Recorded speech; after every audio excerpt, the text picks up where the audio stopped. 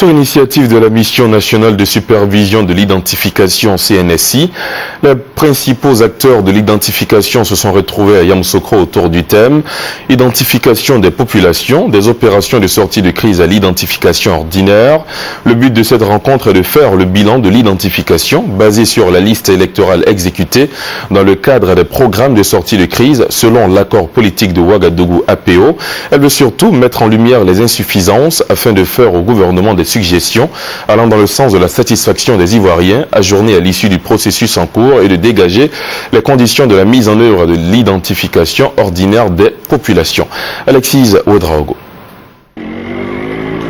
Considérés comme des cas litigieux, les dossiers de près de 600 000 personnes n'ont pu être traités durant l'opération d'identification des populations devant conduire à l'élection présidentielle en 2010. Ces cas et bien d'autres méritent d'être examinés, indiquent les recommandations du séminaire bilan organisé à Yamoussoukro par la Commission nationale de supervision de l'identification CNSI. Autour du thème identification des populations, des opérations de sortie de crise à l'identification ordinaire, le séminaire a indiqué que tous les habitants de Côte d'Ivoire devaient être munis d'une pièce d'identité.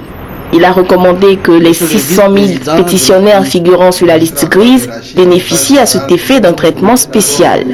De même, le cas des régies techniques devrait faire l'objet d'un traitement spécifique. Ce sont au total 47 798 personnes dont les dossiers ont été rejetés pour absence de formulaire ou formulaire inexploitable, formulaire orphelin ou formulaire invalide ou encore fichier illisible.